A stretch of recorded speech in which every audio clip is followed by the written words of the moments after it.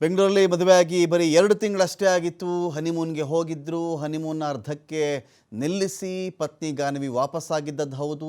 ಬಂದ ಮೇಲೆ ಗಾನವಿ ಸೂಸೈಡ್ ಮಾಡಿಕೊಂಡಿರೋದು.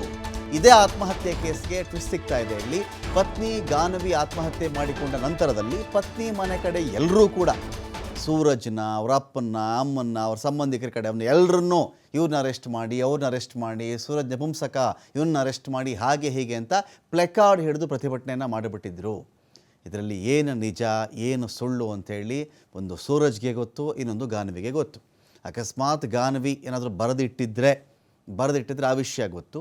ಇದೇ ವಿಚಾರಕ್ಕೆ ಸಂಬಂಧಪಟ್ಟಂತೆ ಸೂರಜ್ ಕೂಡ ಡೆತ್ ನೋಟ್ ಬರೆದಿಟ್ಟಿದ್ರೆ ಅದರಲ್ಲಿ ಏನು ಕಥೆ ಅಂತ ರಿವೀಲ್ ಆಗಬಹುದು. ಏನಾದರೂ ಅಕಸ್ಮಾತ್ ವಿಡಿಯೋ ಮಾಡಿದರೆ, ಯಾವುದೋ ಇಬ್ಬರು ಮಾತಾಡ್ಕೊಂಡಿರ್ತಕ್ಕಂಥ ಕರೆಗಳಿದ್ದರೆ, ಸಾಕ್ಷಿ ಇದ್ದರೆ ಗೊತ್ತಾಗಬಹುದೇ ವಿನಃ ಸೂರಜ್ ಮೇಲೆ ಗಾನವಿದು ಆರೋಪಗಳಿದೆ, ಗಾನವಿ ಮನೆಯವರ ಮೇಲೆ ಸೂರಜ್ ಕಡೆಯವ್ರದ್ದು ಆರೋಪಗಳಿದೆ ಇಲ್ಲಿ.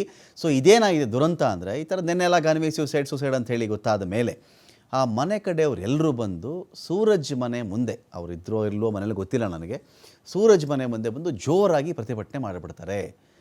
ಈತನ ಬಗ್ಗೆ, ಈತನ ಪುರುಷತ್ವಕ್ಕೆ ಸಂಬಂಧಪಟ್ಟಂತೆ ಕೂಡ ಕಮೆಂಟ್ಗಳನ್ನು ಪಾಸ್ ಮಾಡಿಬಿಡ್ತಾರೆ. ಇಲ್ಲಿ ವರದಕ್ಷಿಣೆ ಕಿರುಕುಳ ಅಂತ ಕೆಲವರು ಹೇಳ್ತಾರೆ, ಇಲ್ಲ ಇನ್ನೂ ಪರ್ಸ್ನಲ್ ವಿಷಯ ಏನೋ ಇದೆ ಅಂತ ಇನ್ನು ಕೆಲವರು ಹೇಳ್ತಾರೆ. ಇರಲಿ, ಅವರಿಬ್ಬರೂ ತೀರ್ಕೊಂಡಿದ್ದಾರೆ. ಅವರಿಬ್ಬರ ಬಗ್ಗೆ ನಾವು ಗೊತ್ತಿಲ್ಲದೆ ನಾವೇನು ಮಾತಾಡಬಾರದು. ದುರಂತ ಏನು ಅಂತ ಹೇಳಿದ್ರೆ, ಒಂದು ಜೀವ ಹೋಗಿತ್ತು, ಇವತ್ತು ಇನ್ನೊಂದು ಜೀವ ಕೂಡ ಹೋಯಿತು, ಅದು ಸೂರಜ್.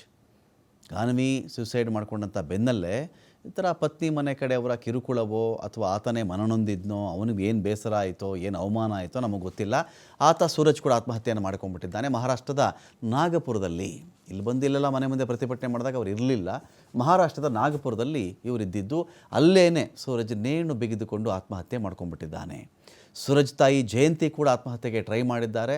ಇಷ್ಟೆಲ್ಲ ಅವಮಾನಗಳಾದ ಮೇಲೆ, ಈ ಥರ ಬಂದು ಜನ ಎಲ್ಲ ಮಾತಾಡೋಕ್ಕೆ ಶುರು ಮಾಡಿದ ಮೇಲೆ ನಾವು ಯಾಕೆ ಬದುಕಿರಬೇಕು ಅಂಥೇಳಿ ಮಗ ಮತ್ತು ಅಮ್ಮ, ಯಾಕೆಂದರೆ ಇವ್ರು ಕೇಸ್ ಅವ್ರ ಮೇಲೂ ಬರೆದಿದ್ರು ಅಂತ ಕಾಣುತ್ತೆ, ನಾವು ಬದುಕಿರಬಾರ್ದು ಅಂಥೇಳಿ ಇಬ್ಬರು ತೀರ್ಮಾನ ಮಾಡಿಕೊಂಡು ಅಮ್ಮನೂ ಟ್ರೈ ಮಾಡಿದ್ದಾರೆ. ಸೂರಜ್ ಕೂಡ ಆತ್ಮಹತ್ಯೆ ಮಾಡ್ಕೊಂಡೇ ಬಿಟ್ಟಿದ್ದಾನೆ. ಇದೀಗ ಅಸ್ವಸ್ಥ ಜಯಂತಿ, ಸೂರಜ್ನ ತಾಯಿ ಇವರು, ಅವರಿಗೆ ನಾಗಪುರದ ಆಸ್ಪತ್ರೆಯಲ್ಲಿ ಚಿಕಿತ್ಸೆಯನ್ನು ಕೊಡಿಸಲಾಗ್ತಾ ಇದೆ. ಸೂರಜ್ ತಾಯಿ ಜಯಂತಿ ಸಾವು ಬದುಕಿನ ನಡುವೆ ಹೋರಾಡ್ತಾ ಇದ್ದಾರೆ. ಶ್ರೀಲಂಕಾದಿಂದ ವಾಪಸ್ ಬರ್ತಾ ಇದ್ದಂತೆಯೇ ಆತ್ಮಹತ್ಯೆಗೆ ಯತ್ನಿಸಿದ್ದು ಗಾನವಿ. ಇದು ಒಂದು ಬಾರಿ ಆಗಿಲ್ಲ ಈ ಕಥೆ. ಗಾನವಿದು ಸ್ಯೂಸೈಡ್ಗೆ ಫಸ್ಟ್ ಅಟೆಂಪ್ಟ್ ಆಗಿರಲಿಲ್ಲ. ಇದು ಅನೇಕ ಬಾರಿ ಜಗಳಗಳಾಗಿ, ಬರೀ 2 ತಿಂಗಳು ರೀ, ಮದುವೆಯಾಗಿ 2 ತಿಂಗಳಾಗಿರೋದೇನು ತುಂಬ ವರ್ಷಗಳಾಗೋಗಿಲ್ಲ. ಇಲ್ಲಿ 2 ತಿಂಗಳಿಗೆ ಗಾನವಿ ಅನೇಕ ಬಾರಿ ಗಲಾಟೆ ಮಾಡಿಕೊಳ್ಳೋದು, ನಾನು ಸತ್ತೋಗ್ತೀನಿ ಅಂತ ಹೇಳೋದು, ಇದು ನಡೀತಾ ಇತ್ತು. ಹನಿಮೂನ್ ಅರ್ಧದಲ್ಲಿಯೇ ಮೊಟಕುಗೊಳಿಸಿ ಬೆಂಗಳೂರಿಗೆ ವಾಪಸ್ ಬಂದಿದ್ದದ್ದು. ನಿನ್ನೆ ಈ ಥರ ಅನೇಕ ಬಾರಿ ಅಟೆಂಪ್ಟ್ ಮಾಡಿರೋದು, ತಡೆದಿದ್ದಾರೆ, ಬುದ್ಧಿ ಹೇಳಿದ್ದಾರೆ, ಇರುತ್ತಲ್ಲ.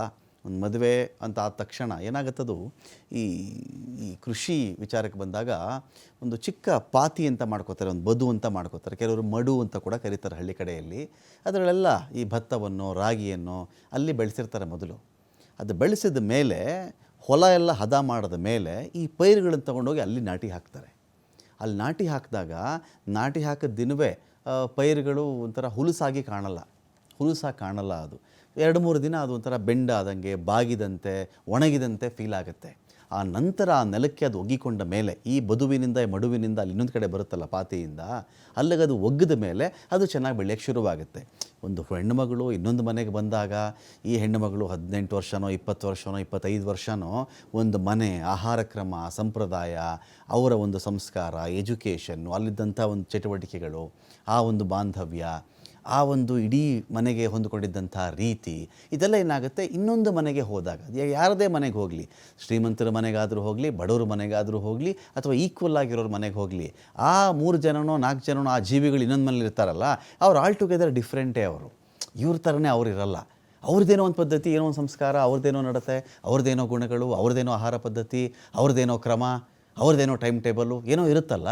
ಸೊ ಹೀಗಿದ್ದಾಗ ಇನಿಷಿಯಲ್ ಸ್ಟೇಜಲ್ಲಿ ನಾನು ಪೈರುಗಳ ಬಗ್ಗೆ ಹೇಳೋದ್ನಲ್ಲ, ಇನಿಷಿಯಲ್ ಸ್ಟೇಜಲ್ಲಿ ಇನ್ನೊಂದು ಮನೆ ಅಥವಾ ಇನ್ನೊಂದು ನೆಲ ಅಷ್ಟು ಈಸಿ ಅಕ್ಸೆಪ್ಟ್ ಮಾಡ್ಕೊಳ್ಳಲ್ಲ. ಅದನ್ನು ಇವ್ರಿಗೂ ಅದು ಅಕ್ಸೆಪ್ಟ್ ಆಗಲ್ಲ, ಅವರು ಇವ್ರಿಗೆ ಅಕ್ಸೆಪ್ಟ್ ಆಗಲ್ಲ, ಇವರು ಅವ್ರಿಗೂ ಆಗಲ್ಲ.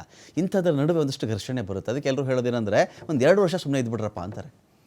ತುಂಬ ದೊಡ್ಡವರು ಆ ಮಾತು ಹೇಳ್ತಾರೆ. ಈ ಮದುವೆ ಸಂಬಂಧಗಳ ವಿಚಾರದಲ್ಲಿ 2 ವರ್ಷಗಳಿಗೆ ಒಂದು ಗ್ಯಾಪ್ ಕೊಡಿ, ಸಾವಧಾನ ಇರಲಿ, ಹೊಂದಿಕೊಳ್ಳಬೇಕು, ಅರ್ಥ ಮಾಡಿಕೊಳ್ಳಬೇಕು ಅಂದಾಗ ಆ 2 ವರ್ಷಗಳಲ್ಲಿಯೇ ಅನೇಕ ಮನೆಗಳಲ್ಲಿ ಆತ್ಮಹತ್ಯೆಗಳು ನಡೆದು ಹೋಗ್ಬಿಡ್ತವೆ. ವರದಕ್ಷಿಣೆ ಕಿರುಕುಳವೋ ಆತ್ಮಹತ್ಯೆ ಯತ್ನಗಳೋ ಸಾಯಿಸೋದೋ ಏನೋ ಒಂದು ನಡೆದು ಹೋಗುತ್ತಲ್ಲಿ ನೋಡಿ. ಗಾನವಿನೂ ಹೋದ್ಲು, ಈಗ ಸೂರಜ್ ಕೂಡ ಹೋಗಿದ್ದಾನೆ. ಚಿಕಿತ್ಸೆ ಫಲಕಾರಿ ಆಗಿಲ್ಲ. ಸೊ ಆಸ್ಪತ್ರೆಯಲ್ಲಿ ಮೃತಪಟ್ಟಿದ್ದದ್ದು ಗಾನವಿ. ರಾಮಮೂರ್ತಿ ನಗರ ಪೊಲೀಸ್ ಠಾಣೆಯಲ್ಲಿ ಕೇಸ್ ದಾಖಲಾಗಿತ್ತು. ಘಟನೆ ಆದಮೇಲೆ ಮಹಾರಾಷ್ಟ್ರದ ನಾಗಪುರಕ್ಕೆ ತೆರಳಿದ್ದದ್ದು ಸೂರಜ್ ಮತ್ತು ಅವರ ತಾಯಿ ಜಯಂತಿ. ಸೋದರ ಸಂಜಯ್ ಜೊತೆಗೆ ನಾಗಪುರಕ್ಕೆ ಹೋಗಿದ್ದದ್ದು ಗಾನವಿ. ಈ ಕಡೆ ಇವರೆಲ್ಲ ಹೋಗಿದ್ದರು. ಇನ್ನು ಗಾನವಿ ಪೋಷಕರು ಒಂದು ಕಡೆ ಈ ಥರದ್ದೆಲ್ಲ ಆರೋಪಗಳನ್ನ ಇವ್ರು ಮಾಡ್ತಾರೆ. ಸಂಬಂಧಿಕರ ಕಡೆಯಿಂದ ಅವರು ಪೋಷಕರು ಸಂಬಂಧಿಕರಿಂದ ಅವಮಾನ ಮಾಡಿಬಿಟ್ರಲ್ಲ, ಇದು ತಾಳಲಾರದೆ ಸೂರಜ್ ಕೂಡ ಇವತ್ತು ಸೂಸೈಡ್ ಮಾಡ್ಕೊಂಡ್ಬಿಟ್ಟಿದ್ದಾನೆ. ಡೀಟೇಲ್ಸ್ ಕೊಡೋಕ್ಕೆ ಸಂತೋಷ್ ಇದ್ದಾರೆ. ಸಂತೋಷ್, ಎಲ್ಲಿಗೆ ಬಂತು ಈ ಕೇಸು? ಈಗ ಗಾನವಿ ಮನೆ ಕಡೆ ಅವ್ರದ್ದು ಆರೋಪ ಆಯಿತು, ಸೂರಜನ ಪುರುಷತ್ವಕ್ಕೆ ಸಂಬಂಧಪಟ್ಟಂತೆ ಒಂದು ಕಡೆ ಮಾತಾಡ್ಬಿಟ್ರು, ಅವಮಾನಗಳಾಯಿತು, ಇನ್ಯಾರೋ ವರದಕ್ಷಿಣೆ ಅಂದರು, ಇಲ್ಲ ಗಲಾಟೆ ಆಗ್ತಾಯಿತ್ತು ಅಂದರು. ಸೊ ಇದು ಹನಿಮೂನ್ ಅರ್ಧಕ್ಕೆ ನಿಲ್ಲಿಸಿ ಬಂದು ಈ ಹೆಣ್ಣುಮಗಳು ಸೂಸೈಡ್ ಮಾಡಿಕೊಂಡ್ಲು ಅಂತ ಹೇಳಿದ್ರು. ಇದರ ಮುಂಚೆನೂ ಅಟೆಂಪ್ಟ್ ಆಗಿತ್ತು ಅಂತ ಹೇಳಿದ್ರು. ಏನು ಕಥೆ ಏನಂತೆ ಇದು? ಸೂರಜ್ ಮನೆಯವರ ವಾದ ಏನು? ಯಾಕೆ ಯಾವಾಗಲೂ ಏನಾಗ್ಬಿಡುತ್ತೆ, ಈ ವರದಕ್ಷಿಣೆ ಕೇಸ್ಗಳಂದರೆ ಅನೇಕರು ಮಾತಾಡ್ತಾರೆ. ವರದಕ್ಷಿಣೆ ಕೇಸ್ಗಳಂದರೆ ಈಗ ಸಪೋಸು ಗಂಡನಿಂದ ಕಿರುಕುಳ ಆಗಿರುತ್ತೆ ಅಂತ ಅಂದ್ಕೊಳ್ಳಿ. ಗಂಡನ ಅಪ್ಪ ಅಮ್ಮ ತಂಗಿ ಅಕ್ಕ ಎಲ್ಲರ ಮೇಲೂ ಕೇಸ್ ಹಾಕ್ಬಿಡ್ತಾರೆ. ಯೂಶ್ವಲಿ ಅವ್ನು ತಮ್ಮ ಇದ್ದರೆ ತಮ್ಮನ್ನೂ ಸೇರಿಸಿ ಹಾಕ್ಬಿಟ್ಟಿರ್ತಾರೆ. ಮೊದಲೆಲ್ಲ ಇಮಿಡಿಯೇಟಾಗಿ ತುಂಬ್ಕೊಂಡು ಹೋಗ್ಬಿಡ್ತಾ ಇದ್ರು ಎಲ್ಲರೂ, ಅರೆಸ್ಟ್ ಎಲ್ಲರೂ ಅಂತ ಹೇಳಿ. ಆನಂತರ ಕಾನೂನು ಸಾಕಷ್ಟು ಬದಲಾವಣೆಗಳಾಗಿದೆ. ಆ ಥರ ಎಲ್ಲ ಆಧಾರಗಳಿಲ್ಲದೆ ದಾಖಲೆಗಳಿಲ್ಲದೆ ಯಾರೋ ಹೇಳಿಬಿಟ್ಟ ತಕ್ಷಣ ಎಲ್ಲರೂ ಅರೆಸ್ಟ್ ಮಾಡುವಂತಿಲ್ಲ ಕಾನೂನು ಬಂದಿದೆ. ಈ ಕೇಸಲ್ಲಿ ಏನಾಗಿದೆ ಅಂತ? ರಮಕಾಂತ್, ಏನು ಮೊದಲು ಇವರು ವರದಕ್ಷಿಣೆ ಕಿರುಕುಳ ಆರೋಪಗಳನ್ನ ಮಾಡ್ತಾ ಇರ್ತಾರೆ. ಗಂಡ ಹೆಂಡತಿಯ ನಡುವೆ ಕೂಡ ಒಂದಿಷ್ಟು ಹೊಂದಾಣಿಕೆಗಳು ಆಗ್ ಬಂದಿಲ್ಲ ಅಂತ ಹೇಳಿ ಈ ಮದುವೆ ಆದ 1.5 ತಿಂಗಳಲ್ಲಿ 2-3 ಬಾರಿ ಗಲಾಟೆಗಳು ಕೂಡ ಆಗಿರುತ್ತೆ. ಶ್ರೀಲಂಕಾಗೆ ಹನಿಮೂನ್ಗೆ ಹೋಗಿರ್ತಾರೆ, ಅಲ್ಲೂ ಕೂಡ ಹೊಂದಾಣಿಕೆ ಆಗಿದೆ. ಹನಿಮೂನ್ ಅಂದ್ರೆ ಇವ್ರು ಹೋಗಿ ಸಂಪೂರ್ಣ ದಿನಗಳು ಮುಗ್ದಿರೋದಿಲ್ಲ, ಅಷ್ಟರಲ್ಲೇ ಅಲ್ಲಿಂದ ಅರ್ಧಕ್ಕೆ ವಾಪಸ್ ಬಂದಿರ್ತಾರೆ ಹನಿಮೂನಿಂದ. ಈ ವಿಚಾರವಾಗಿ ಅವ್ರ ಮನೆಯವ್ರ ಮೇಲಿಂದ ಮೇಲೆ ಗಲಾಟೆಗಳಾಗ್ತಾ ಇರ್ತದೆ. ಈಕೆ ಗಾನವಿ ಗಂಡನ ಅಂದ್ರೆ ಪತಿಯ ಮನೆಯನ್ನು ತೊರೆದು ತಾಯಿ ಮನೆಗೆ ಹೋಗಿರ್ತಾರೆ. ಅಲ್ಲಿ ಹೋಗಿ 1-2 ದಿನದ ಬಳಿಕ ಆಕೆ ತನ್ನ ತವರು ಮನೆಯಲ್ಲಿ ಆತ್ಮಹತ್ಯೆಯನ್ನು ಕೂಡ ಮಾಡ್ಕೊಂಡಿರ್ತಾರೆ. ಸೊ ಆತ್ಮಹತ್ಯೆಯನ್ನ ಮಾಡ್ಕೊಂಡ ಬಳಿಕ ಇದಕ್ಕೆ ನೇರ ಕಾರಣ ಈತನೇ ಅಂತ ಹೇಳಿ ಅವ್ರ ಮನೆಯವರು ದೂರನ್ನು ಕೊಡ್ತಾರೆ. ಈ ಸಂಬಂಧ ರಾಮಮೂರ್ತಿ ನಗರ ಪೊಲೀಸ್ ಠಾಣೆಯಲ್ಲಿ ಜಯಂತಿ, ಸಂಜಯ್ ಹಾಗೂ ಪತಿ ಸೂರಜ್ ಮೇಲೂ ಕೂಡ FIR ದಾಖಲಾಗಿರುತ್ತೆ. ಸೊ ಇದರ ಮಧ್ಯೆ ಇವರು ಯಾವ ಕಾರಣಕ್ಕಾಗಿ ಆಕೆ ಆತ್ಮಹತ್ಯೆಯನ್ನ ಮಾಡ್ಕೊಂಡ್ಲು, ನಿಜಕ್ಕೂ ವರದಕ್ಷಿಣೆ ಕಿರುಕುಳ ಇರ್ತಾವ, ಮದುವೆ ಆಗುವಂತ ಸಂದರ್ಭದಲ್ಲಿ ಇವ್ರು ಏನಾದ್ರು ವಧೋಪಚಾರ ಏನಾದ್ರು ಮಾತಾಡ್ಕೊಂಡಿದ್ರು, ಅದ್ರ ಬಗ್ಗೆ ಇನ್ನೂ ಕೂಡ ಸ್ಪಷ್ಟ ಮಾಹಿತಿ ಇಲ್ಲ. ನಾಗ್ಪುರ ಕಡೆಯವರ, ನಾಗ್ಪುರ ಮೂಲದವರ ಸಂತೋಷ್, ಸೂರಜ್ ಮನೆ ಕಡೆಯವರ, ನಾಗ್ಪುರ ಮೂಲದವರ, ಇನ್ನು ಅದ್ರ ಬಗ್ಗೆ ಯಾವುದೇ ರೀತಿಯ ಸ್ಪಷ್ಟನೆಯನ್ನ ಅವ್ರಿಗೆ ನೀಡಿಲ್ಲ. ಅದ್ರ ಜೊತೆಗೆ ಇದುವರೆಗೂ ಮಾಧ್ಯಮಗಳ ಮುಂದೆ ಅವ್ರ ಕುಟುಂಬದವರಾಗ್ಲಿ ಯಾರು ಕೂಡ ಸಂಪರ್ಕಕ್ಕೂ ಸಿಕ್ಕಿಲ್ಲ, ಮಾತನಾಡಿಲ್ಲ. ಆದ್ರೆ ಈ ಇನ್ಸಿಡೆಂಟ್ ಆದ ಬಳಿಕ ಮನೆ ಹತ್ರ ಬಂದು ಗಲಾಟೆಯನ್ನ ಮಾಡ್ತಾರೆ. ಯಾವಾಗ ಪ್ರೊಟೆಸ್ಟ್ ಗಳೆಲ್ಲ ಆಗ್ತವೆ ಅನ್ನೋ ಕಾರಣಕ್ಕೆ ಇವ್ರು ಇಲ್ಲಿಂದ ತಲೆಮರೆಸ್ಕೊಂಡು ಹೋಗಿದ್ದಾರೆ ಅನ್ನೋ ಒಂದಿಷ್ಟು ಮಾಹಿತಿಗಳಿತ್ತು. ಆದ್ರೆ ಅವರು ಮೂಲತಃ ಮಹಾರಾಷ್ಟ್ರ ಕಡೆದವರು ಅನ್ನೋದ್ರ ಬಗ್ಗೆ ಇನ್ನೂ ಸ್ಪಷ್ಟತೆ ಇಲ್ಲ. ಪೊಲೀಸರು ಈಗ ಏನು ಆತ ನಿನ್ನೆ ಆತ್ಮಹತ್ಯೆಯನ್ನ ಮಾಡ್ಕೊಂಡಿದ್ದಾರೆ ಸೂರಜ್ ಅಲ್ಲಿ ಎಲ್ಲಾ ಬೆಳವಣಿಗೆಗಳನ್ನ ನೋಡಿ ಅಂತ ಹೇಳಲಾಗ್ತಾ ಇದೆ. ಅವರ ತಾಯಿ ಕೂಡ ಆತ್ಮಹತ್ಯೆಗೆ ಯತ್ನಿಸಿದ್ರು. ಆದ್ರೆ ಸೂರಜ್ ಮೃತಪಟ್ಟಿದ್ದಾನೆ. ಅವರ ತಾಯಿಯನ್ನ ಖಾಸಗಿ ಆಸ್ಪತ್ರೆಗೆ ದಾಖಲಿಸಿ ಚಿಕಿತ್ಸೆಯನ್ನ ನೀಡಲಾಗ್ತದೆ ಅನ್ನೋ ಮಾಹಿತಿ ಇರುವಂತದ್ದು. ಇದರಿಂದ ಒಂದು ತಂಡ ಅಂದ್ರೆ ಅಲ್ಲಿನ ಸ್ಥಳೀಯ ಪೊಲೀಸರ ಅಸಿಸ್ಟೆನ್ಸ್ ಅನ್ನ ಪಡ್ಕೊಂಡು ಬೆಂಗಳೂರಿನ ಒಂದು ತಂಡ ಪೊಲೀಸರು ಅಲ್ಲಿಗೆ ಹೋಗಿರುವಂತದ್ದು ಎಲ್ಲಾ ಮಾಹಿತಿಯನ್ನ ತೆಗೆದುಕೊಳ್ತಾ ಇದ್ದಾರೆ.